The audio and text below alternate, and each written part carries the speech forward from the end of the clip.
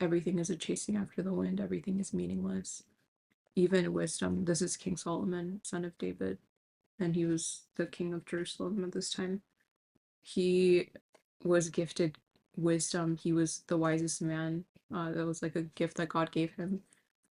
So even here, he says wisdom is meaningless. And then later on in the last two verses, he says, "For with much wisdom comes much sorrow. The more knowledge, the more grief." That makes me think about how wisdom can also be likened to something that we acquire.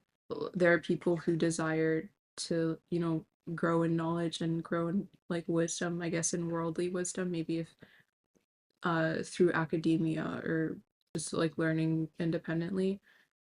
It makes me think like even that acquisition, I mean it's a little bit more honorable than, I don't know, other things like acquiring wealth. Even that is vain. And he says, "For with much wisdom comes sorrow, more knowledge, the more grief."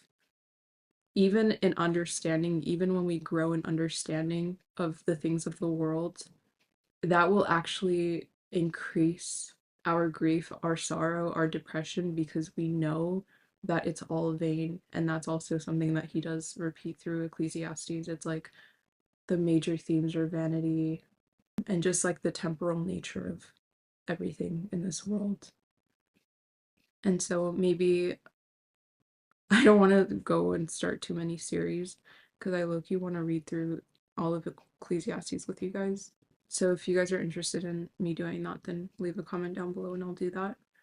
Because I definitely want to read at least like the last quarter of Ecclesiastes, because that's kind of when King Solomon tells us the things that are meaningful in this life. Like he basically turns it around. Like it's very bleak and depressing, to be honest, like the first half or so of Ecclesiastes, but then he turns it around and he says like God is the only pursuit worth anything in this life.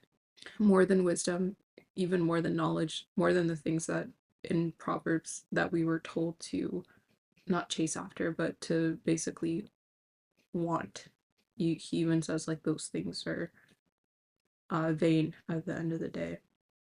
So now we can go and do verse by verse, which is something that I like to do on for our Bible studies. Okay, so verse 1, the words of the teacher, son of David, king in Jerusalem. That just means King Solomon.